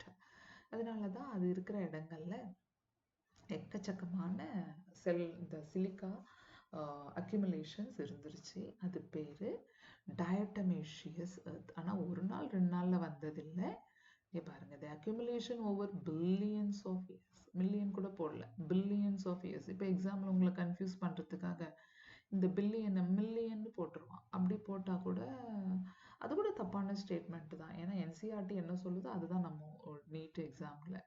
So billion இயர்ஸ்ன்னு வந்தால் தான் அது கரெக்ட் ஸ்டேட்மெண்ட். ஸோ த டயட்டமேஷியஸ் அது அப்படியே சேர்ந்து வைக்கிறது. பீயிங் கிரிட்டி, இப்போ அதை உடைச்சா எப்படி இருக்கும்னா, இந்த சிமெண்ட் எல்லாம் அப்படியே கட்டி போனால் அங்கங்கே ஒரு மாதிரி ரஃப் சர்ஃபஸாக நிற்கும் பாருங்க, ஒரு பால் மாதிரி. அப்படியே பால்னா ஸ்மூத் இல்லை, அப்படியே கசாமுச்சாவாக அப்படி நிற்கிறது. So being gritty, this soil is used in polishing, filtration. இது மேலே வச்சு அப்படியே ஃபில்டர் பண்ணுறதுக்கோ இல்லை பாலிஷ் பண்ணுறதுக்கோ, filtration of oils and syrups, இதுக்கெல்லாம் யூஸ் பண்ணிக்கிறாங்க. Diatoms are the chief producers in the ocean. இது ஸோ இதோட எக்ஸாம்பிள்ஸ் முக்கியம். ஸோ இட்ஸ் கிரைசோஃபைட்ஸ் அப்படின்னு சொன்னால் முக்கியமாக டயட்டமேஷியஸ் எர்த்து சிலிக்கா டெபாசிஷன் சேருது. அதுக்கப்புறம் அது வந்து plankton, phyto plankton, example diatom and golden algae. எதுக்கெல்லாம் இந்த டயட்டமேஷியஸ் எர்த் யூஸ் பண்ணுறாங்க அப்படின்னா, polishing, filtration of oil syrups. They are the chief producers in the ocean. They are the smooth சர்ஃபஸ்லாம் இல்லை, கிரிட்டியாக இருக்கும் பார்க்கறதுக்கு, அப்படியே ரஃப் சர்ஃபஸாக. அவ்வளோதான், சோப் பாக்ஸ் மாதிரி ஒரு அமைப்பு. அவ்வளோதான் அபவுட் கிரைசோஃபைட். ரொம்ப பெருசாக போகலை. அடுத்தது டைனோஃப்ளாஜெலேட்ஸ். டைனோஃப்ளாஜெலேட்ஸ் எடுத்துக்கிட்டிங்கன்னா பேர்லேயே ஒரு ஒரு ஒரு குசும்பு இருக்க மாதிரி டைனோஃப்ளாஜெலேட்ஸ், ஃப்ளாஜெல்லாவோட அமைப்பு தான் இதில். யூஸ்வலாக ஃப்ளாஜெல்லாலாம் எடுத்துக்கிட்டா இப்போ இப்படி இருக்கும், ஆப்போசிட்டில் இருக்கும். இல்லை இன்கேஸ் இங்கே இருந்தால் இப்படி இருக்கும். யூஸ்வலாக அப்படி தான் இருக்கும், ஒரே சைஸாக இருக்கும். இதெல்லாம் ஃப்ளாஜெல்லாக்கான ஒரு ரேர்லி, வெரி ரேர்லி ஃப்ளாஜெல்லா வந்து டிஃப்ரெண்ட் ஷேப்லேயோ இல்லை டிஃப்ரெண்ட் டைப்லேயோ போகிறது. இப்போ டிஃப்ரெண்ட் டைப்புன்னு பார்த்தீங்கன்னா ஃப்ளாஜெல்லாவில் விப்ளாஷ் அண்ட் டின்செல்னு டைப் இருக்கும். அந்த மாதிரி டிஃப்ரெண்ட் டைப்ஸ், அது ரெண்டும் important type. Different size, position எல்லாமே இதில் கொஞ்சம் மாறி மாறி இருக்கும். இங்கே பாருங்கள், இப்போது இதில் என்ன நடக்கும்னா, இந்த குரூப்பில் இப்போ ஃப்ளாஜெல்லாவில் இங்கே ஒரு ஃப்ளாஜெல்லா இருக்குது அப்படின்னா இங்கே இன்னொரு ஃப்ளாஜெல்லா இல்லை, இன்னொரு ஃப்ளாஜெல்லா இங்கேருந்து ஆரம்பித்து அப்படியே லென்த்தியாக இருக்கும். ஸோ சைஸுமே இதில் கொஞ்சம் டிஃபர் ஆகும். லென்த்தியாக இங்கே பார்த்தீங்கன்னா ஆப்போசிட் டிரெக்ஷனில் இல்லாமல் ரைட் ஆங்கிள்ஸாக இருக்குது. அதுதான் இங்கே. These organisms are mostly marine and photosynthetic. இங்கேயும் ஒரு சின்ன விஷயம், mostly marine, not absolutely marine, mostly marine. அங்கே ப்ரீவியஸ் கேட்டகரியில் ஃப்ரெஷ் வாட்டர் அதெல்லாம் கொடுத்துருக்காங்க, இது மோஸ்ட்லி மரைன். ஃபோட்டோசிந்தட்டிக், இவனும் ஃபோட்டோசிந்தட்டிக். இந்த ப்ரீவியஸ் கேட்டகரியில் மோஸ்ட்லி போட்டிருப்பாங்க, most of them are photosynthetic. இங்கே பிளெயினாக ஃபோட்டோசிந்தட்டிக்னு போட்டிருக்கு. அப்போ எல்லாமே photosynthetic. They appear yellow, green, brown, blue, red. இந்த கலர்ஸ் ஞாபகம் வைக்கணும். Depending on the main pigments present in their cells. அதை வச்சு அது கலர் மாறும். The cell wall has stiff cellulose plates on their outer surface. So இங்கே silica இல்லை, cellulose. Most of them have two flagella. One lies longitudinally and the other transversely in a furrow between the wall plates. இதான் இப்போ நான் சொன்ன மாதிரி ஒன்று ஒரு பகுதியில் அமைஞ்சிருக்கும். Very often red dinoflagellates, goniolochs, இது exam question, undergo such rapid multiplication that they make the sea appear red tides. இது பயங்கரமா மல்டிப்ளை பண்ணி அப்படியே பார்க்கறதுக்கு ரெட் கலர் சீயை கொண்டு வந்துடும். Toxins are released by such large numbers may even kill other marine animals such as fishes. இதுலேருந்து release ஆகிற டாக்ஸினை fishes சாப்பிடும்போது அது they kill the fishes. But அந்த ஃபிஷ்ஷை நாம் சாப்பிடும்போது நமக்கு அவ்வளோ பாய்சன் இல்லை, பட் ஸ்டில் ஸ்டொமக் அப்செட் அந்த மாதிரி டிசீனஸ் அதெல்லாம் வரதுக்கும் சான்சஸ் இருக்குது. ஸோ டைனோஃப்ளாஜெல்லேட்ஸ்னால் இங்கே ஞாபகம் வச்சுக்கிறது, பொசிஷன் ஆஃப் ஃப்ளாஜெல்லா டிஃபர் ஆகும். கோனியோலாக்ஸு, ரெட் டைடு, அதுக்கப்புறம் இதில் கம்பல்சரியாக எல்லாமே photosynthetic, mostly marine, different colours, cellulose, cell wall. இதுதான் ஜிஸ்ட். அடுத்த குரூப்பு யூக்ளினாய்ட்ஸ். யூக்ளினாய்ட்ஸ்குள்ளே நம்ம போகிறோம் அப்படின்னு சொன்னாலே இவன் வெரி வெரி ஸ்பெஷல். இதில் இருக்கிற ஒரு குரூப் ஒன்று வந்து யூக்ளினா எக்ஸாம்பிள். யூக்ளினாவை நம்ம பிளான்ட் அனிமல் அப்படின்னு சொல்கிறோம். ஏன்னா இவனோட பாடி பாருங்களேன், அப்படி கொஞ்சம் லைட்டாக ஸ்பிண்டில் ஷேப் பாடி. ஸ்பிண்டில் ஷேப் அப்படின்னு சொன்னால் என்னன்னா மேலே பூஸாக இருக்கும், சென்டரில் அப்படி வந்து திருப்பியும் கீழே அப்படி கோணிக்கலாம் ரெண்டு பக்கம், நம்ம ரேடிஷ் மாதிரி ஒரு அமைப்பு. இங்கேயுமே பார்த்தீங்கன்னா ரெண்டு ஃப்ளாஜெல்லா, ஒன்று ரொம்ப பெருசு, ஒன்று ருடிமெண்டரி ஃப்ளாஜெல்லா, ஃபங்க்ஷனே இல்லை. இதில் குளோரோபிளாஸ்ட் வந்து ஹையர் ஆர்கானிசம், ஹையர் பிளான்ஸில் இருக்கிற அளவுக்கு நல்ல எக்யூப்டு குளோரோபிளாஸ்ட்டு. ஆனால் இதில் செல்வால் கிடையாது, அதுக்கு பதில் ஒரு பெலிக்கிள், ஒரு ப்ரோட்டீன் ஷீத் இருக்கும், ஒரு protein covering called pellicle. So maybe அப்படியே கொஞ்சமாக டிரான்ஸ்லேட் ஆகி பிளான்ட்லேருந்து அனிமலாக மாற ட்ரை பண்ணி இருக்கலாம். எவல்யூஷனரி பாயிண்ட் ஆஃப் வியூவில் பார்த்தா அப்படியே வந்து அனிமல் வந்திருக்கலாம். எல்லாமே ஒரு கஸ் தான். இது எவல்யூஷனை பற்றி படிக்கும்போது அப்படியே நிறைய லிங்க் பண்ணி படிக்கும்போது அப்படி தான் இருக்கும். மெஜாரிட்டி இப்போ பார்ப்போம். Majority of them are fresh water organism. So இங்கே மரைனை தூக்கி போட்டு மெஜாரிட்டி அப்படின்னு வந்துட்டாங்க. Fresh water organisms found in stagnant water. Stagnant வாட்டர்னா அப்படியே குளம், குட்டை, ஏரி அந்த மாதிரி ஒரே இடத்துல தங்கின வாட்டர், ஓடுற வாட்டர் இல்லை, ஸ்டீமோ ரிவர் மாதிரியோ. Instead of a cell wall, they have a protein-rich layer called pellicle, which makes their body flexible. Cell wall இல்லை, pellicle இருக்கு, so flexible-ஆ மூவ் ஆகிட்டு இருக்கு. They have two flagella, a short and a long one. பெரிய flagella ஒன்று, குட்டி flagella ஒன்று, rudimentary-ஆ இருக்கும். Though they are photosynthetic in the presence of sunlight, when deprived of sunlight, they behave like a heterotroph by predating on other smaller organisms. அதனால தான் இதை plant animal சொல்கிறது. மதியத்தில் பண்ணும்போது ஃபுட்டு கிடைக்காத நேரத்தில் சன்லைட்டுக்கு அப்புறம் அப்படியே போயிட்டு வேறு அனிமலை பிடிச்சி, வேறு small micro organism, some phyto plankton, ஒரு ஜூ பிளான்க்டான் இதை பிடிச்சி சாப்பிட்டுக்கும். Interestingly, the pigments of euglenoids are identical to those present in higher plants. Higher plantsல இருக்கிற அதே pigments இதுக்குள்ள வந்தாச்சு. It is simple. அடுத்த குரூப் ஸ்லைம் மோல்டுக்குள்ள போறோம்.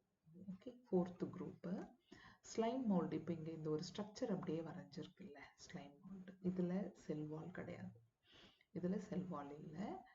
இது அப்படியே இங்கே பிளாக்காக இருக்கிறது எல்லாமே நம்ம நியூக்ளியஸ்ன்னு சொல்கிறோம். நிறைய நியூக்ளியஸ் இருக்குல்ல, பார்க்கறதுக்கு ஒரே செல்லு மாதிரி இருக்கு. நிறைய நியூக்ளியஸ் இருந்தால் அது பேர் ஷீனோசைட்டிக் கண்டிஷன். இது நம்ம ஃபங்கைல படிப்போம் திருப்பியும். ஏன்னா இது ஒரு காலத்துல ஃபங்கைக்குள்ள மவுல்ட் அப்படின்றதுனால. ஆனா செல் வால் இல்லை. இதுல ஒரு பெரிய காமெடி என்னன்னா, இந்த குரூப்ல செல் வால் இல்லை, ஆனா இது ப்ரொடியூஸ் பண்ற ஸ்போர்ல செல் வால் இருக்கும். அது ஒரு விஷயம் வெரி இம்பார்ட்டன்ட். இந்த இந்த ஷேப்புக்கு பேரே பிளாஸ்மோடியம் அப்படின்னு சொல்றோம். ஆனா இந்த பிளாஸ்மோடியமும் புரோட்டோசோவால வர பிளாஸ்மோடியமும் வேற வேற. ரெண்டுத்தையும் போட்டு குழப்பிக்க கூடாது. எக்ஸாம்லயுமே இட்டாலிக்ஸ்ல கொடுத்தா புரோட்டோசோவன்ல வர பிளாஸ்மோடியம், அப்படியே பிளெயினா கொடுத்தா இந்த பிளாஸ்மோடியம். ஓகே, இப்போ படிப்போம். Slime molds or saprophytic protist, அதாவது saprophyte, எல்லாம் saprophyte. The body moves along decaying twigs and leaves engulfing organic material. அவன் saprophyte. கீழே விழுந்து செத்துக்கிட்டு இருக்க அழுகி போனதை அப்படியே முழுங்கிடுறான். ஸோ ஆர்கானிக் கண்டென்ட்டை சாப்பிட்டுக்கிறான்.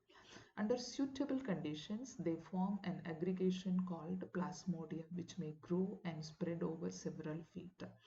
ஸோ இந்த பிளாஸ்மோடியம் suitable condition வரும்போது அப்படியே அக்ரிகேட் ஆகி பெருசா, அதனால மல்டி செல்லுலார் கண்டிஷன் வருது. அப்படியே செவரல் ஃபீட்டுக்கு வளர்ந்துரும். ஆனா அன்ஃபேவரபிள் கண்டிஷன் வரும்போது இந்த பிளாஸ்மோடியத்துல இருந்து குச்சி குச்சியா இப்படி வந்து ஒரு ஸ்ட்ரக்சர், அது மேல அப்படியே ஒரு ஸ்போர், இப்படி வந்து இது மேல ஒரு ஸ்பொராஞ்சியம் மாதிரி வந்து ஃபார்ம் பண்ணிக்கும். During unfavorable conditions, the plasmodium differentiates and form a fruiting bodies bearing spores at their tips. இப்படி ஒரு fruiting body form ஆகி இதுல இருந்து ஸ்போர்ஸ் எல்லாம் சேர்த்து எப்போ திருப்பி நல்ல கண்டிஷன் அதுக்கு ஃபேவரபிளாக வருதோ அப்போ அதெல்லாம் வெடிச்சு இன்னும் கொஞ்சம் பெருசாகிட்டே போகிறது.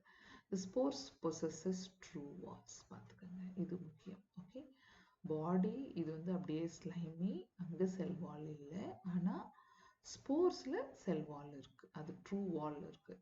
They are extremely resistant and survive for many years even under adverse condition. ரொம்ப ரெசிஸ்டன்ட், எத்தனை கிளைமேட்டிக் கண்டிஷன் ஹார்ஷா இருந்தாலும் they are able to, harsh in the sense ரொம்ப அது ரெசிஸ்ட் பண்ணிட்டு இருக்கிற ஒரு கெப்பாசிட்டி இருக்கு. The spores are dispersed by air current.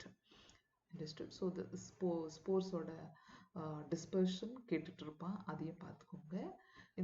இந்த ஸ்பெஷாலிட்டி, ஸ்போர்ஸ்க்கு ட்ரூ வால், இதில் வால் இல்லை, ஸ்லைமியாக இருக்குது. அப்புறம் மல்டி நியூக்ளியேட் கண்டிஷன், இது அன்ஃபேவரபிள் கண்டிஷனில் ஃபார்ம் ஆகுது, இது ஃபேவரபிள் கண்டிஷனில் ஃபார்ம் ஆகுது. இந்த குட்டி குட்டி டிஃப்ரென்ஸ் எல்லாம் ஞாபகம் வச்சுக்கணும். அடுத்த குரூப்புக்கு வரோம் நம்ம, புரோட்டோசோவன். சோவா ஜூ அப்படின்னு ஞாபகம் வச்சுக்கலாம். அப்படின்னு சொன்னால் இதுக்கு ஜென்ரலாக animalcules, primitive animalcules, அனிமலும் கிடையாது, இப்போ யூனிசெல்லுலரா இருக்கும், இங்க கொண்டு வந்தாச்சு. அனிமல்கியூல்னா ரொம்ப குட்டி, சிங்கிள் செல். இதுல இருக்கிற குரூப் எல்லாம் அதனுடைய லோக்கோமோட்டரி ஆர்கனை வச்சு தான் பிரிச்சிருப்பாங்க. இப்போ பார்ப்போம். All protozoans are heterotrophs and live as predators or parasites. கண்டிப்பா ஹெட்டிரோட்ராப்ஸ் அனிமல் கேரக்டரு. ப்ரெடேட்டராக இருக்குது, ப்ரெடேட்டர்னா பிடிச்சி சாப்பிட்றான் எவனோ ஒருத்தனை. ஆர் பேரசைட், இல்லை ஏதாவது ஒரு உயிரில் போய் ஒரு ஹாஸ்ட் பாடியில் உட்காந்துக்கிட்டு இருக்கான், அப்படி. They are believe to be primitive relatives of animals. இங்கே வந்தாச்சு, அவனுடைய ரிலேட்டிவாக இருக்கலாம். There are 4 major groups of protozoans. Amoeboid protozoan, amoeba இதுக்குள்ள வருது. These organisms live in fresh water, sea water or moist soil. மூணு இடத்துலையும் இருக்கு. They move and capture their prey by putting out pseudopodia, false feet, as in amoeba அப்படின்னு இப்படி பார்த்துக்கலாம். இப்போ அவனுக்கு சியூடோபோடியானா அவனுக்கு ஒரு ஷேப்பே கிடையாது, அமீபாக்கெல்லாம் ஒரு ஷேப்பே கிடையாது, அப்படி. இதெல்லாம் சியூடோபோடியா. சியூடோ அப்படின்னு சொன்னா ஃபால்ஸ். ஓகே, ஃபால்ஸ் சியூடோபோடியா, இது ஃபால்ஸ் ஃபுட், அதுதான் false feet, as in amoeba. Marine forms have silica shells on their surface. Some of them such as entamoeba or parasites. இங்க பாருங்க, இந்த இடத்துலையும் சிலிக்கா ஷெல்ஸ் வருது. மரைன் புரோட்டோசோவனுக்கு சிலிக்கா ஷெல்லே சிலிக்காவில் இருக்கு.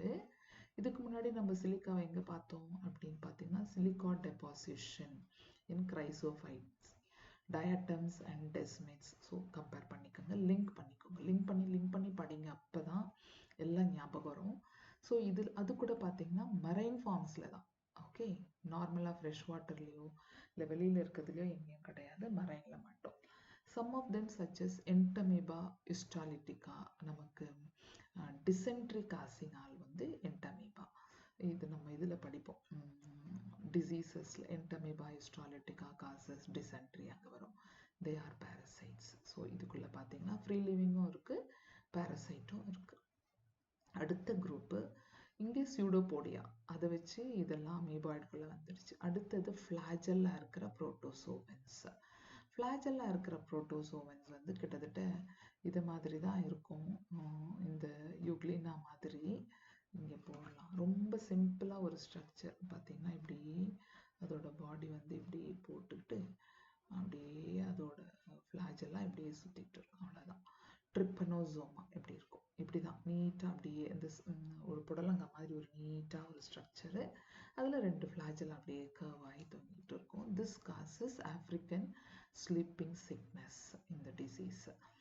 The member of this group are either free living or parasite. இங்கேயும் 2 இருக்கு. They have flagella. The parasitic form cause diseases such as African sleeping sickness, trypanosomiasis அப்படின்னு சொல்லுவோம், trypanosoma. இது flagella இருக்கிறதுனால அதனுடைய லோகோமோட்டரி ஆர்கன். அடுத்தது சீலியா இருக்குது. சீலியா இருக்கிற டயக்ராம் நம்ம போட்டிருக்காங்க இங்கே, paramecium. Okay, so these are all the cilia. ரொம்ப minute cilia is present in their body. இதுக்கு இன்னொரு பேரு ஸ்லிப்பர் அனிமல்க்யூல். ஸ்லிப்பர் அனிமல் பார்க்கறதுக்கு அப்படியே ஸ்லிப்பர் மாதிரி ஒரு ஷேப் இருக்கிறதுனால இது ஸ்லிப்பர் அனிமல்க்யூல்னு சொல்லுவோம். பாரமெஷியம் எடுத்துக்கிட்டா இதுலேயும் பெலிக்கல், இங்கே நம்ம யூக்ளினால வந்த மாதிரி இதுலேயும் ஒரு பெலிக்கல் இருக்கும். இங்கே பாருங்க ஒரு சின்ன குழி மாதிரி விழுந்திருக்குல்ல, இந்த குழி அப்படியே உள்ளே போய் இது வழியாக தான் ஃபுட்டு உள்ளே போகுது. அப்படி இதில் ரொம்ப ஸ்பெஷாலிட்டி என்னன்னா 2 நியூக்ளியஸ் இருக்கும். ஒரு பெரிய சைஸ் நியூக்ளியஸ், ஒரு சின்ன சைஸ் நியூக்ளியஸ் இருக்கும். சீலியா இருக்குது பாடி ஃபுல்லாக. இதுலேயும் அந்த ப்ரோட்டீன் ஷீட் பெலிக்கல் இருக்கும். அதுக்கப்புறம் ஒரு கட்டு மாதிரி ஒரு சின்ன அமைப்பு. கட்டுலாம் சொல்ல முடியாது, ஏன்னா அதெல்லாம் ஆர்கன் சிஸ்டம் லெவலில் வரும்போது. இங்கே இது சிங்கிள் பாடி, ஒரு சிங்கிள் பாடி கூட இல்லை, சிங்கிள் உயிர், இது சிங்கிள் செல்லு. அந்த சிங்கிள் செல்லுக்குள்ளே நம்ம ஆர்கன் சிஸ்டம்லாம் பேச முடியாது, பட் பார்க்குறதுக்கு அந்த மாதிரி இருக்கிறதுனால ஒரு கம்பேரிசன் இருக்கும். இப்போ படிப்போம் இங்கே. ciliated protozoan, these are aquatic actively moving organisms because of the presence of thousands of cilia. They have a cavity, gullet, இப்போ ஒரு opening காமிச்சல, that opens to the outside of the cell surface. அதுதான் அப்படியே கல்லட் அப்படின்னு சொல்லுவாங்க. கட்டை இங்கே கல்லட்டுங்கிற மாதிரி சொல்கிறது. The coordinated movement of rows of cilia causes the water laden with food to be steered into the gullet. அது வாய்க்கு வழி அந்த சீலியாவோட மூமெண்ட்ல அப்படியே ஃபுட்டை பிடிச்சி வாய்க்குள்ள தள்ளுறது. அதுதான் எக்ஸாம்பிள் பாரமெஷியம். சீலியாவே அதுக்கு ஃபுல் ஹெல்ப் பண்ணுது அந்த ஃபுட்டு உள்ள வர்றதுக்கு. அடுத்த குரூப்புக்கு போனீங்கன்னா ஸ்போரோசோவன். இங்கே ஒரு ஸ்பெஷலைஸ்டாக ஒரு ஸ்ட்ரக்சர் இந்த ஃப்ளாஜெல்லா மாதிரியோ சீலியா மாதிரியோலாம் இல்லை. இப்போ பார்ப்போம். This includes diverse organisms that have an infectious spore-like stage in their life cycle. நம்ம மலேரியல் பேரசைட் அவன் தான் இதுக்குள்ளே வரான். பிளாஸ்மோடியம், இங்கே பாருங்கள், இந்த பிளாஸ்மோடியம் இட்டாலிக்ஸில் கொடுத்துருக்கு. இங்கே பார்த்த இந்த பிளாஸ்மோடியமில் இட்டாலிசைஸ் பண்ணலை. Okay, understood. இது நார்மல் லெட்டரில் இருக்கு பாரு, பிளாக் லெட்டரில். அதான் டிஃப்ரென்ஸ் எக்ஸாம்லேயும். இந்த பிளாஸ்மோடியம் கொடுத்தா ஸ்லைம் மோல்டில் வர பிளாஸ்மோடியம், இட்டாலிசைஸ் பண்ணி இருந்தால் disease causing malarial parasite. Okay, இங்கே உங்களுக்கு ஸ்பெஷலைஸ்டாக எந்த ஸ்ட்ரக்சரும் இல்லை, ஆனால் அப்படியே ரவுண்டு ஷேப் மாறிக்கிட்டே இருக்கும். இது நம்ம இதுக்குள்ளே படிப்போம் டிசீசஸ்க்குள்ளே. ஸ்போரோசோவாய்ட்ஸ், மீரோசோவாய்ட்ஸ், ட்ரோப்போமீரோசோவாய்ட்ஸ்னு அப்படியே ஷேப் கொஞ்சம் கொஞ்சமாக மாறிக்கிட்டே போகிற ஒரு spores. The most notorious is Plasmodium malarial parasite, which causes malaria, a disease which has a staggering effect on human population. ஒரு ரொம்ப ஸ்டாகரிங் எஃபெக்ட். ஏன்னா இதில் ஒர்க் பண்ண ரொனால்ட் ராஸ் எல்லாம் ரொம்ப வருஷம் 10 சாலிட் இயர்ஸ் ஒர்க் பண்ணிக்க, அவ்வளோ ஒரு டேஞ்சரஸ் எஃபெக்டை கொடுக்குற ஒரு பேரசைட் இது. நமக்கு தெரியும், நம்ம Anopheles mosquito, female Anopheles mosquito is the vector carrying things and it is very common. I think இந்த லெசன் அப்படியே ஒரு ஒரு ஒரு ஃபர்ஸ்ட் பார்ட்டே அப்படியே ட்ராக் ஆயிடுச்சு. நான் இதோட முடிச்சுக்கிறேன் இந்த பார்ட்டை, இந்த வீடியோவை இதோட முடிச்சுக்கலாம். நம்ம அடுத்த வீடியோவில் பார்ப்போம். ஃபங்கைல இருந்து கடைசியில் சம்மரி வரைக்கும் அடுத்த வீடியோவில் பார்ப்போம். ஆனால் இதுக்குள்ளே இந்த காம்பவுண்ட்குள்ளே நம்ம இப்போது படிச்சுக்கிட்டு இருந்ததில் உங்களுக்கு ஏதாவது இம்ப்ரவைஸ் பண்ணணும்னு தோணினாலோ, இல்லை புரியாத இடங்கள் ஏதாவது வேர்ட்ஸோ இல்லை அந்த கண்டென்ட்டோ புரியலைன்னா please put it in the comment session. Hesitate பண்ணவே பண்ணாதீங்க. இன்னும் கொஞ்சம் டீட்டெயிலாக வேணும் அப்படின்னாலும் படிக்கலாம். இது ரொம்ப லென்த்தியானதுனால நம்ம ஃபங்கைலேருந்து அடுத்த குரூப்பில் பார்ப்போம். ஓகே, அது வரைக்கும் அப்படியே ரீகலெக்ட் பண்ணிக்கிட்டே இருங்க, கேட்டுக்கிட்டே இருங்க. ஏன்னா திரும்ப திரும்ப கேட்கறதுனால ஒன்றுமே தப்பே இல்லை. கண்டென்ட் அப்படியே தலையில் போய் ஃப்ரேம் ஆயிடணும். அப்போ தான் கம்ப்ளீட்டாக வெரி குட் மார்க் ஸ்கோர் பண்ண முடியும். Okay, until then goodbye. நம்ம நெக்ஸ்ட் வீடியோவில் பார்ப்போம். பாய்.